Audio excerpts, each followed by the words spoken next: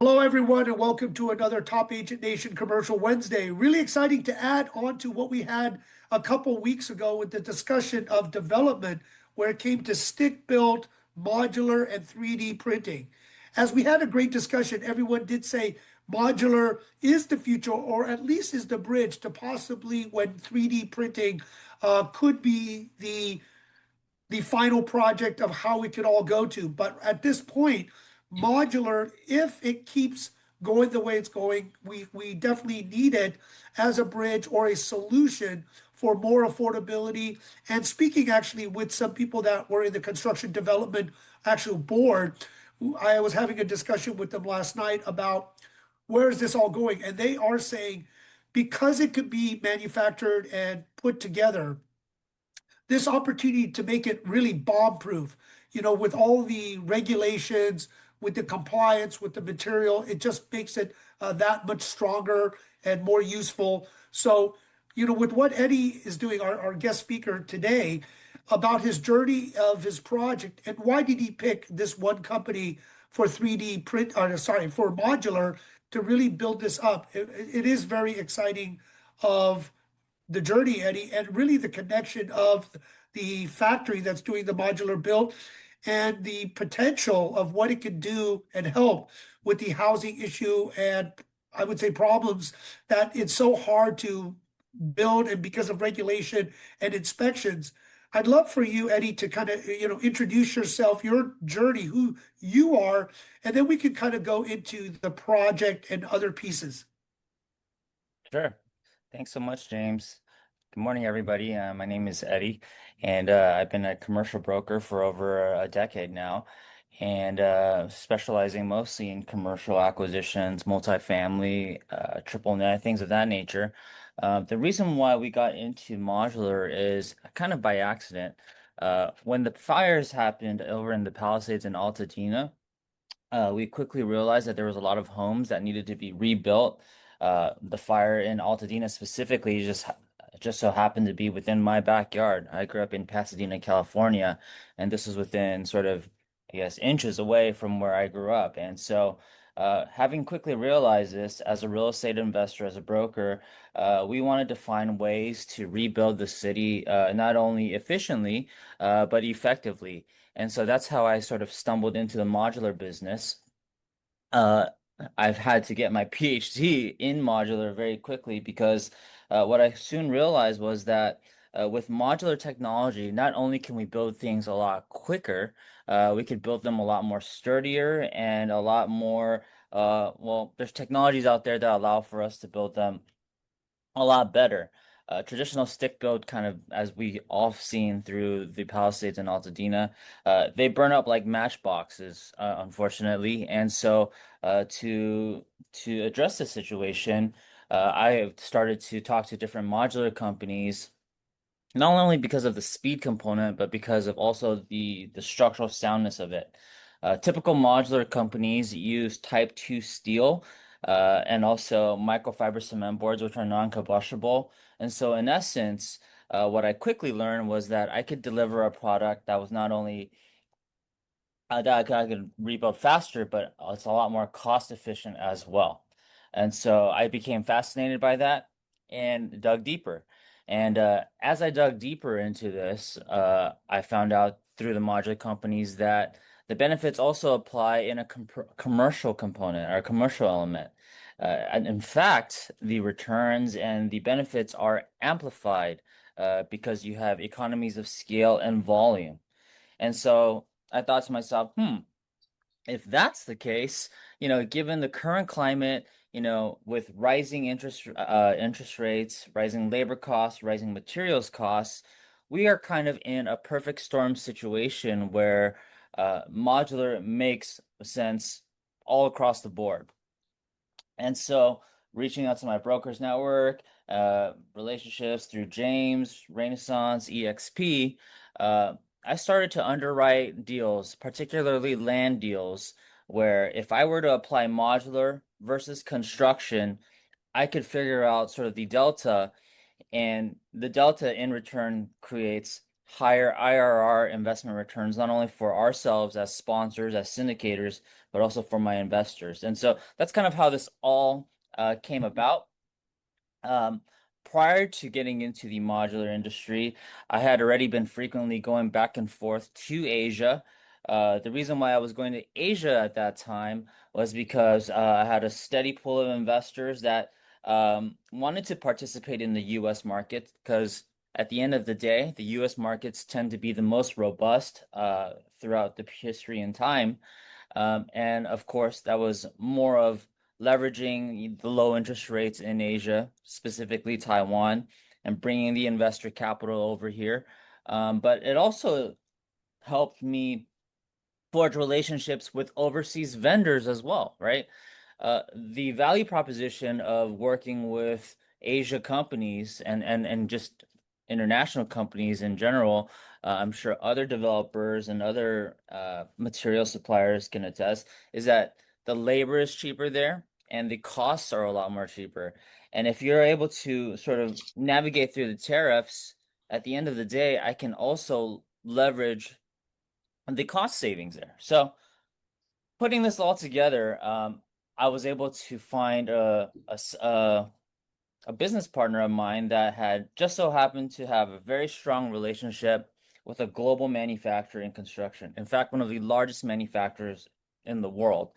And it kind of was just I guess, fate and destiny, so to speak, because they had expressed interest that they wanted to get into the US market and tap into the modular industry, which, by the way, you guys, it only encompasses about 1 to 2% of the total construction industry as a whole. Uh, Modular, as of last year, was about a $150 billion industry.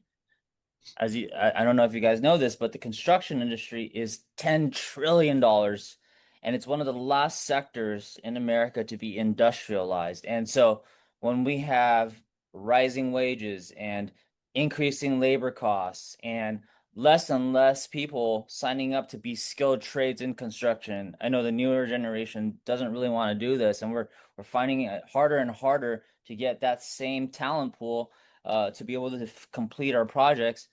This essentially is that perfect storm in which modular is poised to not only disrupt, but also start to be normalized in the construction industry. And we want to get in there early on. So I have a few slides about where where modular becomes super effective.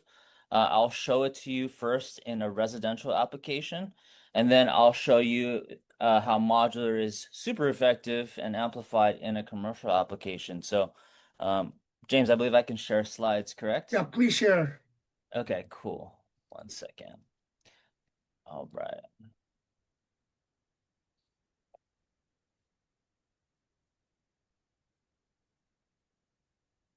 All right. So, can you see the slides?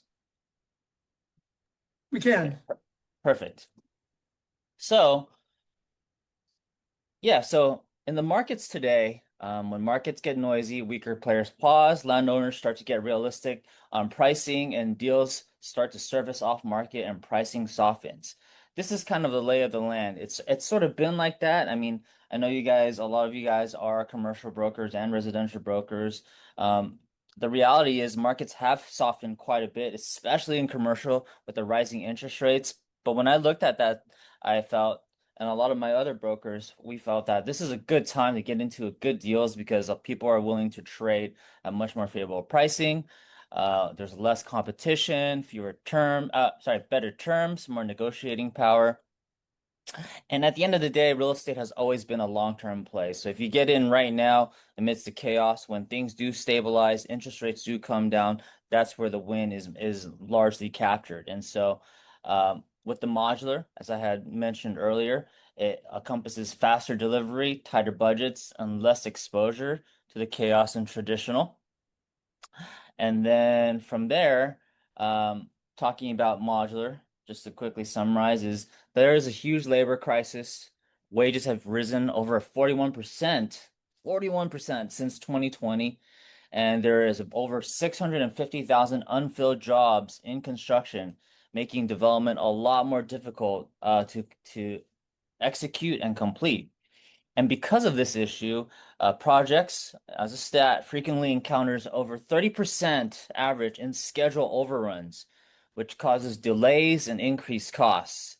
And you can only imagine if you have, construction loans or debt in general, how this could also snowball into making a deal go from maybe profitable or really profitable to just bleeding negatively. And then finally, of course, this situation I mentioned with the Palisades in Altadena, there's over 9,400 structures that need to be rebuilt. This is not something that's going to happen overnight. This is something that's going to take the next 4 to 5 years to completely revitalize and regentrify back to how it was, if not better. So that is why we're attacking the modular market. Um, with using the modular, because we have relationships with factories, I have the global factory that I had mentioned to you early in this presentation. I also have an assembly facility in the US. I am basically forging alliances with every modular group, beginning with these two very strong relationships that I have to be able to facilitate the demand that I foresee coming in the next few years. Um, the reason why I like the modular is because it allows me to have a repeatable approach that we can execute time and time again. It allows me to control the costs because when things are being done in an assembly line, picture Ford back in the day, there's only so many things that can go wrong because it literally just goes down the assembly line. Everyone does their sort of component and boom, it just goes down the line. And then by integrating this into a single supply chain or one or two supply chains and uniforming my cost structure, I can help deliver to not only our group, but also our clientele, reduce timelines, enhancing our project delivery. And all in all, if we're saving money on cost and we're reducing our timelines, no matter how you cut it in any deal, whether it's residential or commercial, this undoubtedly improves returns for investors and stakeholders alike, and thus juicing up our IRRs. As I mentioned here, the modular industry is only in its infancy at the moment, even though it's been around for a very, very long time. As you can imagine, even if modular becomes 10% of the construction industry, that is going to be a huge boom. And again, because of the early relationships that we have, and as we build this platform, we will have economies of scale. We already have sort of the preferred relationship to get these modular units literally at cost. Um, we want to make sure that, we're able to then find, formidable projects to leverage these relationships. So, um, oh, this is a good illustration to show you how the savings really work. You know, uh, Besides the labor savings that we're sort of arbitraging, right? As you guys know, US labor is more expensive than overseas. If I were to offset that in a factory, I'm also saving time, with in this illustration where things are happening concurrently, right? So, for instance, whether it be Palisades, Altadena, or our hotel project in Hollywood, which tell you guys more about, um, on the site level, foundation will be laid and podium level is being constructed, and as we're doing, the on-site work here on our projects, the factory on the top row here is currently, fabricating materials, doing the structural assembly. They're putting in wall panels. And in essence, this photo is just to illustrate that things are happening parallel, and that's where the time savings come into play. And so on average on a project, the total time savings can range anywhere between 30 to 50%. But your cost savings as well should be taken into account as well, which equates to about 20 to 25%. So huge benefits and huge deltas there. Talking about the factory, the first factory I have a relationship with is based out in Asia. They have over 3,000 acres of facilities cranking out these modular units. I know it's kind of hard to see, but that's me with my hard hat looking at a residential modular spec build. And on the bottom right corner is their entire building tower in Shenzhen, China. It's about 40 floors, and all of that is dedicated to real estate construction, and we have a whole floor on modular that are at our disposal.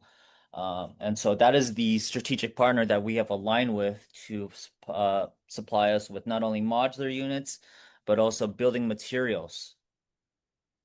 A lot of verticals here. This is a snapshot of one of their facilities.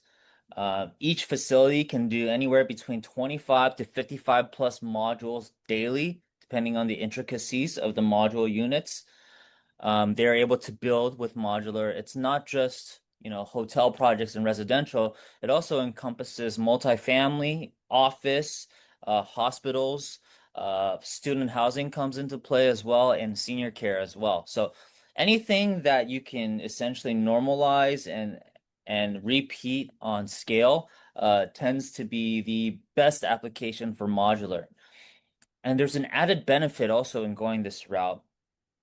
Every state in the country actually encourages developers to use modular because once you get a plan approved at the state level, you can actually fast track your project because once everything is certified and again approved at the state, there's really less red tape you have to clear. And so our goal and our benefit uh, that we receive from CSEC is partly due to the fact that we're also helping them establish, these lines and helping them achieve these certifications and basically systematize the supply chain and the SOP.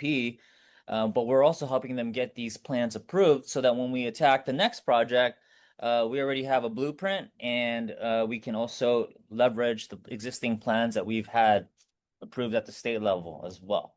So, um, when I talk about overseas or sourcing materials internationally, there is a geopolitical question, which is what are we going to do about the tariffs?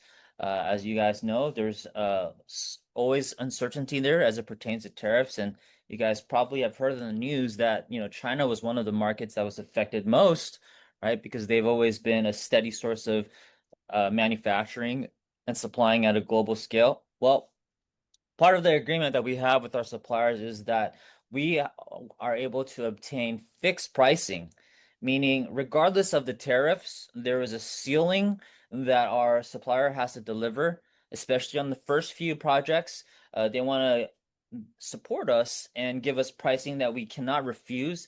And so we have a fixed pricing agreement with them that basically stabilizes and ensures that we don't exceed our estimated costs for the modular delivery. And with that cost certainty and locked pricing, from a development standpoint, we don't have any change order exposure. Change orders are usually what kill a deal in construction. Change orders can increase your project cost normally on average between 10 to 20%.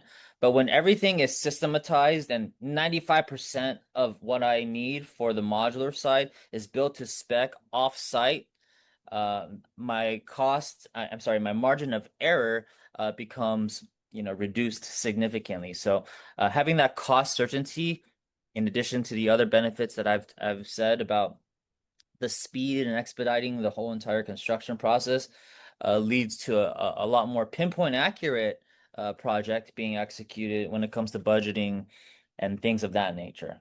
So, again, where are the opportunities? I see, of course, in residential, people have always talked about modular and ADU, but if I'm building things or we're building things at, 400 to 500 a square foot for luxury residential in markets that I know will trade over 1,000 a square foot, like the Palisades and almost 1,000 in Altadena, why wouldn't you apply this to larger builds if you can showcase that modular is just as effective and shows just as well and could be arguably superior in build quality to traditional stick build? So, I've always worked with investors in the commercial world, so we are actively acquiring properties here in Altadena and Palisades, buying good properties of dirt and putting modular units on there. And then essentially, there's a good opportunity to arbitrage those costs and make a good return on that. But we've always been syndicators. Uh, we're also finding that, in multifamily and hotel developments, like our Sunset Hollywood Hotel, which I'll tell you more about shortly. Again, the costs are amplified, right, as you go into bigger deals because the Sunset Hotel is about 130 unit or 130 key hotel. If I'm getting a volume of that size, my costs will arguably go down as well, or undoubtedly go down as well. So that enhances investor returns, especially because when you're looking at a syndication, IRR waterfalls come into play. And I have a whole thesis as to, how IRRs and what that, number looks like pre-modular and post-modular. So, and I do a seminar on this live as well. So again, addressing the fire situation, Palisades and Eaton fires. The Palisades fire itself affected 10,000 households. The Eaton fire, which is Altadena, affected over 15,000 households. So there's a huge opportunity there. The thesis was that land acquisition pricing post-fire leads to abundance of motivated sellers who just quickly want to get into new living situations. And, a lot of them, especially those that were able to cash out from insurance companies, just want to let go of the land and move on with life. And so we're seeing that there's a lot of favorable trade pricing for residential lots. A lot of people are actively buying and developing. And with the modular advantage, of course, I'm able to go apples to apples with a traditional stick builder, but with 30 to 50% efficiencies and speed and cost. And we can hit the market sooner as well. And we really like these markets because historically they've always been great markets. Palisades being on the top tier, top end of the Los Angeles market, and Altadena prior to the fires was in a quick path to gentrification due to its strategic location between, Pasadena and the San Gabriel Valley. And so again, exit pricing, 1,300, 1,500 a square foot. To build luxury modular with the highest quality of finishes, our cost is closer to 600 to 700 a square foot, give or take. So, I mean, if the math speaks for itself there. Same thing with Altadena. We don't have to go quite as high well, in competition in Altadena versus Pasadena, but same, economics apply. We can get things done at Altadena quality closer to 500 to 600 a square foot in a market that trades closer to 900 plus. Right now, we're finishing up a 4,400 square foot home in Altadena, and we'll be listing it at just over 1,000 a square foot. The floor there is supported for this level of build. And this is sort of the economics, right? Traditional stick build would have cost us 800 in build cost. With the modular side, we can get it done for just around 600, mid 600s. There's a delta of 22% there. And, good parcel of land will cost you anywhere between 1.5 to 2 million in Palisades.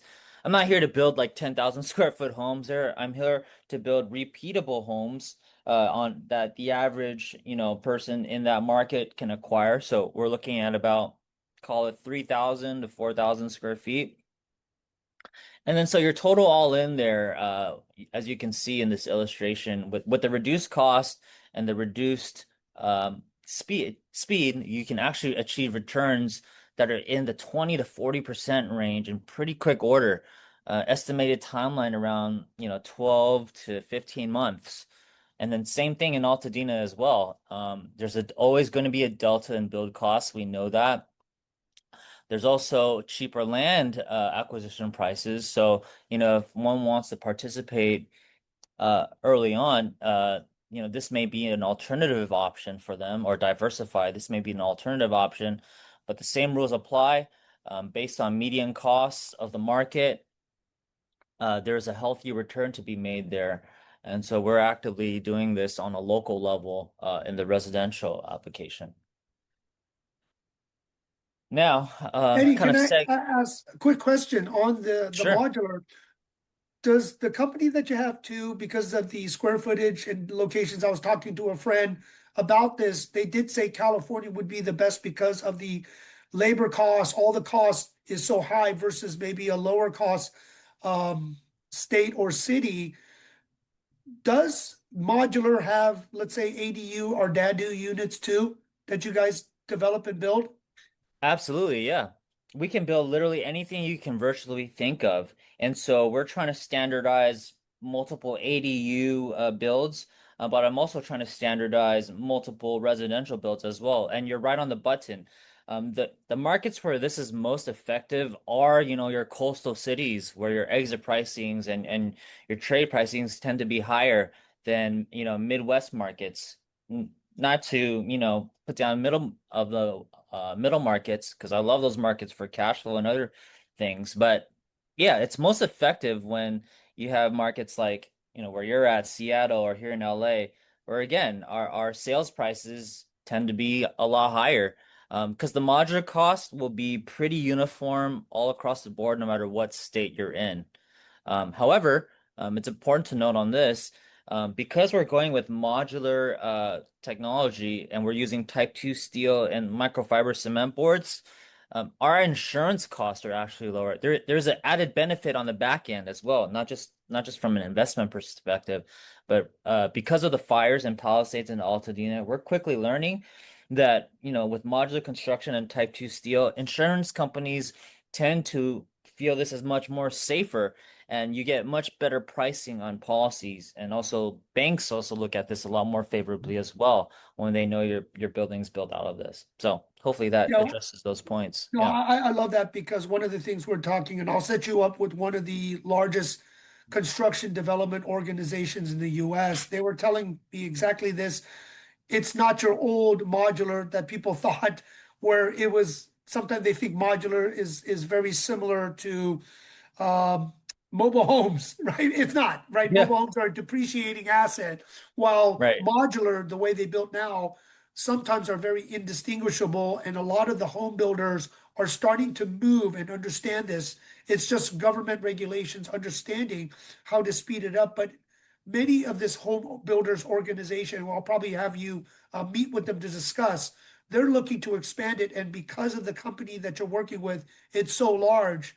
As you and I know, we're going into some possible political discussions in California to really Right. implement it here, maybe Texas and other states, that they do have a affordability issue. They do have a labor issue with what's going on. They do have a technical skill issue, but they still need to solve the problem of housing, right? And this is that solution and bridge ever since all the things that are going on. It's just how do we put the puzzle pieces together with, I would say, regulators and the states or local counties that want to work with it. So, thank you for that explanation. But it is increasing housing stock density, and many people, like the boomers, are staying in their homes longer. I just heard talk to people, they're staying 11 years versus 7 or 8 years in their homes, and they have a lot of equity.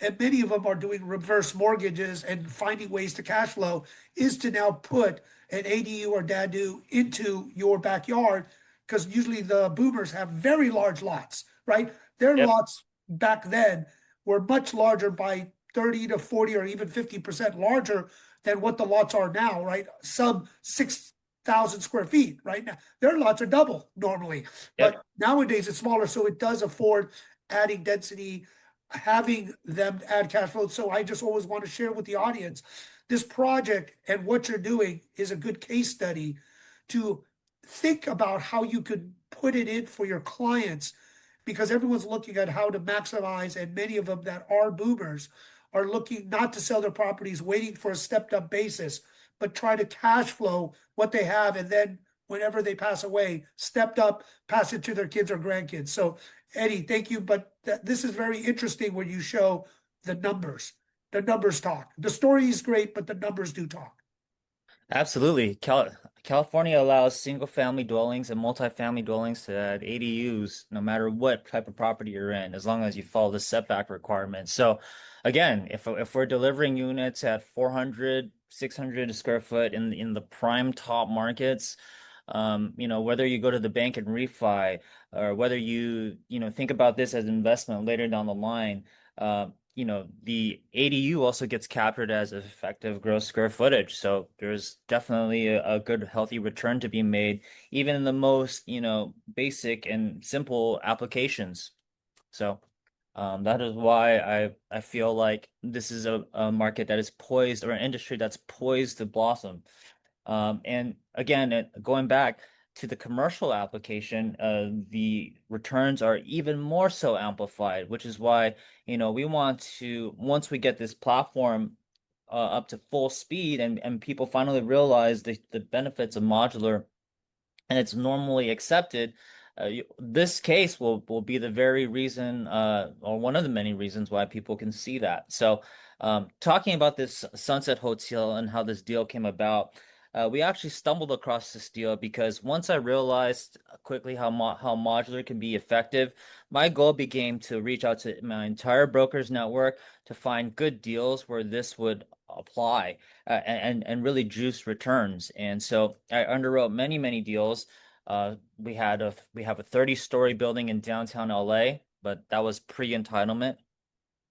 We have 175 key in Roland Heights, which is a suburb of where San Gabriel Valley, where I'm at. And that was actually first done RTI with traditional. And so having to retrofit that, which we're still going through that process, also takes time, right? Um, I quickly found that, if I could get a plan that was not necessarily built for modular, but it was a modular candidate due to, having much more uniformed, rooms, and something that was repeatable. That would be sort of the perfect landmark project to bring the modular product in. And thus, this opportunity came about. It actually happened through the Renaissance Network, through a lot of James's old peers and contacts, as well as, just, I guess, timing aligned perfectly. We got into escrow on this. And the reason why it was a perfect candidate was, number one, it was an opportunity zone. So, I have some 1031 buyers, and or investors, and I'm aware of some opportunity funds that are out there that want to get that step up in basis in 10 years. But also, the location was unparalleled. This is located right off of Sunset and Cahuenga, which is a major thoroughfare in the Los Angeles market, sandwiched between, Santa Monica and downtown LA. So you have a lot of people heading towards that direction. Um, and it's very centrally located. And we got into escrow, and we started to dig deeper. As I started to dig deeper, of course, in working with the Roland Heights project, which was actually planned to be a Residence Inn by Marriott, I got connected with Aimbridge Hospitality. They are essentially the country's largest management company. They have over 1,500 hotels in their portfolio, and we started to do underwriting and pro formas on what the ideal, I guess, spec would be for this particular hotel. It was initially entitled at 175. We had to kind of dial in, what room count and room size would be the highest revenue generation. So that took quite some time, but we were able to figure that out. And also, in working with a company like that, they're able to source, and because they already have the existing relationships, they're able to tell us which flag is the most ideal for this location, given, the square footage, the entitlements, the build, etc. And so with this Hollywood project, we're not going like on the very top with the JW Marriott lines. We're actually going with Curio by Hilton, which is about a 4-star hotel. I actually like that. I find more comfort in that, knowing that I don't have to hit the top of the market to capture revenue. I have a wide sort of demographic and consumer base that can utilize the facilities. And so with Curio, we get sort of that new upscale boutique feel, but without having to break into that ultra luxury market where it's heavily dependent on service. This is something that we can just kind of churn and put to work. Um, Again, Aimbridge oversees over 1,500 properties, and they're actually the leading management company, not just in the US, but in the world. So, if and when we take this project to a REIT or a P firm, or a retail buyer, when we're ready to exit, we want to make sure that we have years of operating history that has been managed by a top management company. Just like in the multifamily sector, management is super key, super critical in making sure, you have stable returns and maximized efficiencies. And so that's why we opted to partner with a company like Aimbridge for this. Because where we can save, we can then, utilize all of the best vendors. And then this table here shows the IRR comparison of traditional versus modular, right? And so, with traditional construction on a hotel like this, I know this may be a little bit hard to see, but bear with me here. Traditional construction, hard costs, how we underwrote this and how when we reached out to various GCs and builders, would have been closer to $600 a square foot all in on a 120,000 square foot build, which is what this hotel is. It's 13 stories, will be the tallest modular project in all of California. Traditionally, it would have costed us 600, but with the hybrid build that we're going with, and you can skip the middle here because that's just to illustrate pre-tariff versus post-tariff. Let's go ahead and jump to this third column here. With the hybrid build that we're opting to do, where, for the rooms, because we can replicate this and repeat this, the rooms we've decided to go with the modular build. We can then take a hybrid approach where the traditional part of the property, which is, of course, the podium, the parking, etc., and the rooftop, will be built as standard, $600 a square foot. However, the modular, the rooms take up 55,000 square feet of the entire build. We can then use modular here. It's the perfect application. That's about half our building, and we're able to get that done at 250 a square foot, right? Or 245 and some change. This creates a delta of over 15 to $20 million in savings. And that's huge when it comes to IRR.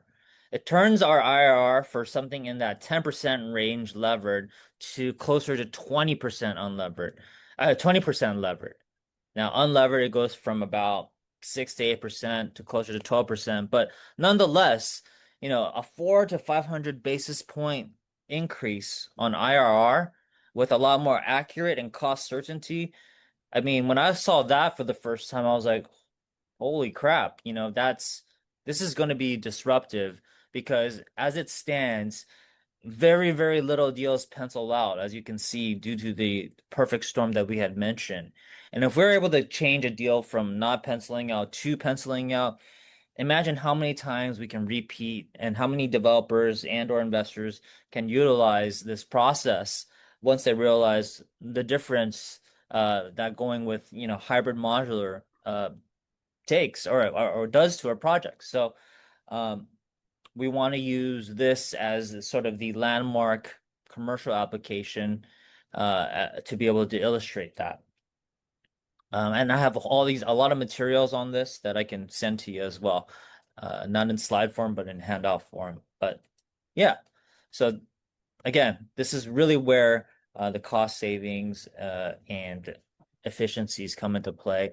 It just amplifies returns all across the board. So, So Eddie, I know, can you share the process of obviously balancing with the numbers, right? How you put this all together with Aimbridge, with the construction. And the great thing is you do have the secret sauce because of the large manufacturing company wanting to be in the US. And there's a window. I always say until they stabilize and they do get into the US, because right. construction develop, everyone knows it's variable. Usually you don't go under cost, you go over cost, right? Everyone usually knows that in construction. But with this, because of the predictability and the size of this company, this is a pretty good secret sauce of adjusting numbers where you have more control in the development. But also, can you talk about, how you derived with the F&B and other, let's say, verticals of income and amenities to get Curio? Sure, yeah. That required a lot of back and forth conversation with Aimbridge at the very beginning in our infancy, and I can share some of these documents that I have. Let me see here. I have, apologies. We've had to go back and forth on this pro forma many times, but I wanted to show everybody here the submittal package. Uh, Apologies. And why, like I said, this is a case study. I wanted everyone to know the complexity of you show the presentation, which could be done in 30 minutes, but the amount of hours and work, Eddie, you and the team, and in China, that they have a whole development, design, engineering department put in, right? So the verticals that you had to work in simultaneously. I mean, I've just watched you at a superficial level where you and the team were going very granular to each point. So it is good to share people of what need to do to get this large. And I always encourage people to reach out to you, Eddie, and if you could put your contact information in, because it is so important to have an expert, somebody that has gone through this and is building and scaling. But also, I would tell people out there the secret sauce of the connections and relationships you have. If you do have land, if you do think you have a site, reach out to Eddie to take a look, because they are going to go larger, bigger in the US. And this is just, step one or step two with a couple projects in Southern California before they start really going countrywide through the US. And they're obviously already going global. Correct. They've already gone global, heavily in the Australia and European markets, but we would be there's two products going in tandem right now in California. So we're like 1B and 1A essentially, or 1A and 1B. But once we bought into the modular business, it became an arms race to find the perfect project for them to sort of latch onto, to sponsor, support, and back, right? And thus this project came about.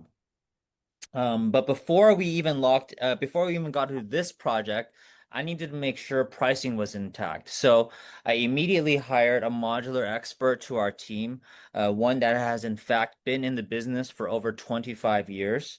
Prior to modular, what I know of it today, at least, I thought that modular was, using shipping containers, which I've been familiar with and which was industrialized for a while. You saw shipping containers being applied to hotels and self-storage facilities and things like that.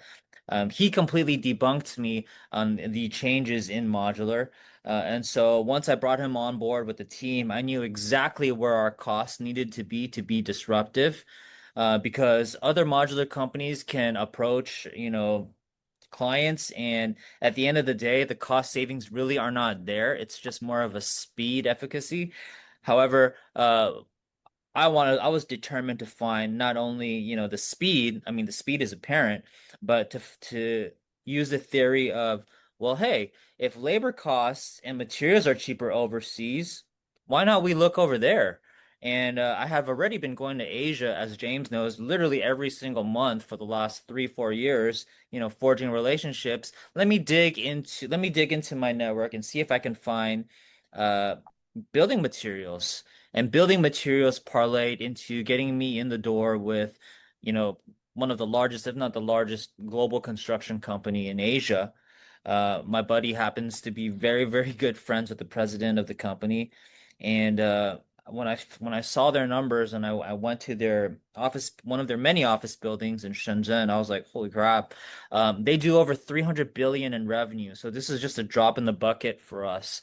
And so again, it shows that their capacity is virtually unlimited, and that we have essentially a full floor of a modular team dedicated to helping us get this passed. So um, now, what I've then built as a result of that is having a full-blown architecture and engineering team that literally, whenever I have questions, I'll send it to them. And unfortunately, people in Asia, they work like 12 hours a day at a fraction of what it is in the US, but that's a benefit for us.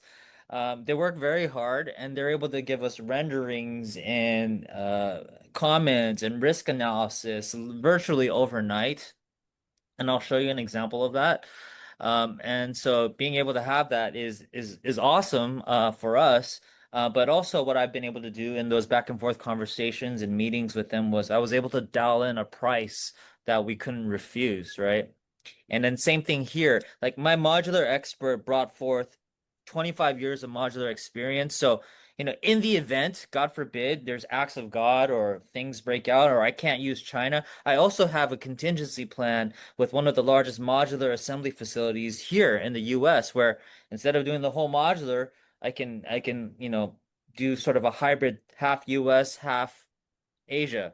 But point of the story is there's a lot of relationships being built every single day with suppliers and vendors to ensure that this pricing is intact. And I'm trying to get in early with that and have gone in early. But um, addressing the other things, the other verticals that we had to accomplish before we got to this point as well was the logistics side of things. And again, kind of got lucky here. But my family has been doing logistics for about 30 years. So I know what things will cost from air freight and also from sea. And so I fortunately have been able to tap into those relationships.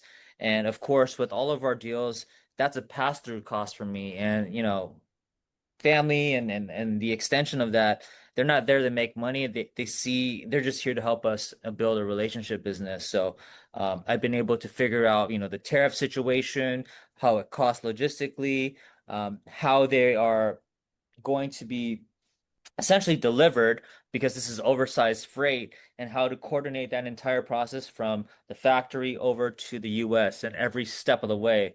But I won't get too far into that because that's a whole nother wormhole in itself. And then so once I had the supplier dialed in and the logistics solidified with the cost in mind or a cost on paper, then it became finding the projects, right? And so this is how this project came about. And the reason why it was so perfect is because not only because of the location, which you can see on aerial here, it's literally right across the street from the CNN tower. And on the roof, we're going to be building a rooftop bar that has 360 views. You can see the Hollywood sign from there. Um, but it is a perfect application for modular because the factory told me that anything that is over 7 stories and anything that's over 120 units, that is where the cost savings happen the most. It's the perfect scenario. Like you can really see a strong return if it hits that criteria, at least for their commercial side factory. So that's why this project kind of came about. It just happened to be one of James's old agents. And so we've been kind of going back and forth, and we got into escrow at a really favorable pricing. Because the reality is, this property was on the market for a couple months with another agent and they couldn't sell it. And of course, they were priced ridiculously high. But deals just don't pencil like they used to, with rising costs in both materials and a scarcity of labor and increase in labor costs. But with modular, this deal becomes a home run. So uh, we were able to get into escrow and now we're just figuring out, the nuances to get this thing closed. But in our underwriting, pro journey. These are all things that had to happen in order for me to put them on a matrix and, cost it out. In addition to talking with Ambridge and going back and forth and, leveraging their 1500 plus hotel operating experience where, you know, initially this place was this hotel was a 175 key build, but when I was looking at this in granular detail, some of these rooms are like 100 and something square feet. They're tiny.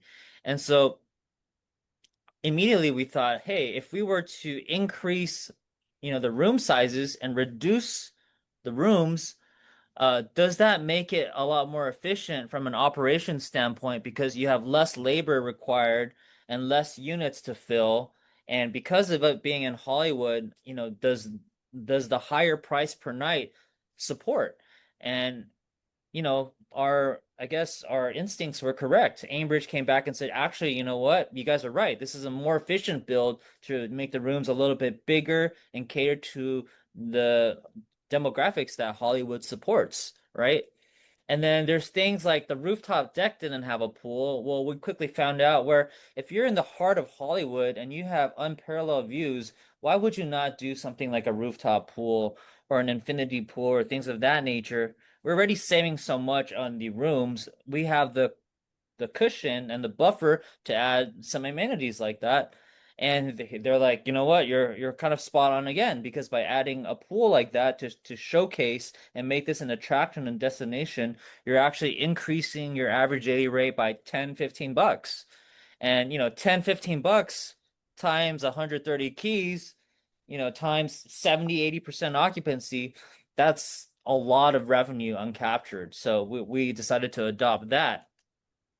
And then finally, we quickly realized that, this initial build called for 3 stories of parking, but because, and we're confirming this with our architect, but theoretically speaking, if we were to reduce our key count from 170 to 130 or 150, somewhere in that in between point, could we reduce parking?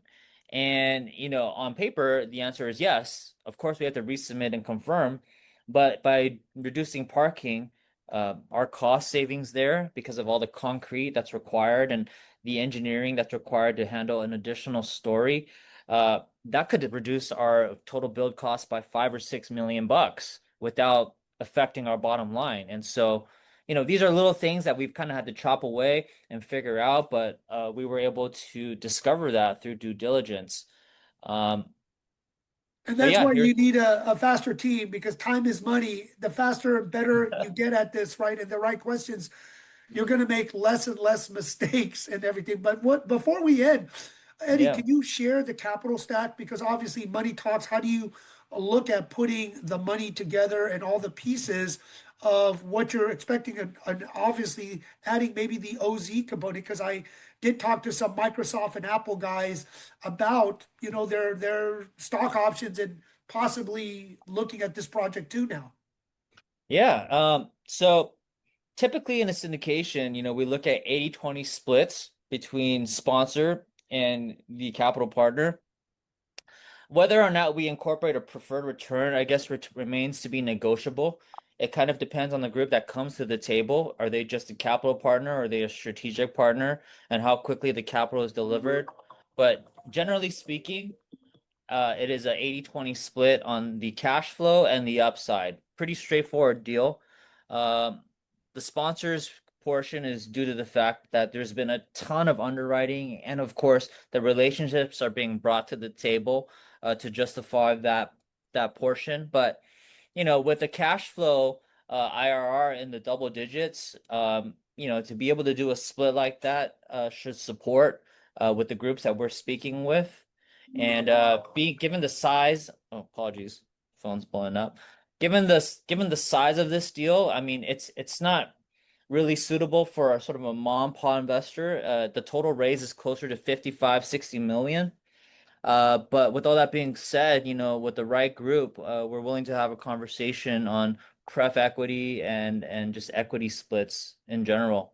But we're in terms of timing, we're looking to close this out on the land level within the next 30 to 45 days.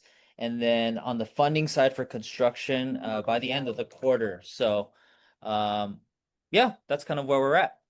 And it's exciting, Eddie. Once the land, you have the secret sauce with the construction development, the modular company, and their resources, and putting the other monies together, just is normal. But once the project gets more fulfilled, it gets easier and easier. But I know, congratulations, Eddie, on this. Please put your information in, join Top Agent Nation Backstage Pass so you can get more information. We'll have this, if you mind, Eddie. This slideshow in the back so people can look at it, reach out to you if they have any questions. But I would say reach out to Eddie. He's done a lot of due diligence. I know we've been on talks with so many modular companies in the States, outside the States, just talk, talk, talk. And there's always you can always learn from what Eddie and the team, right? The mistakes and learning process and where to go, what to do, the right questions to really speed up your time. And if you're just doing it on a simple ADU or DADU, we are going to start expanding that also in certain markets that very popular, right, Eddie? Because not only are you using this project, but you're going to start distributing and helping market this company within the US.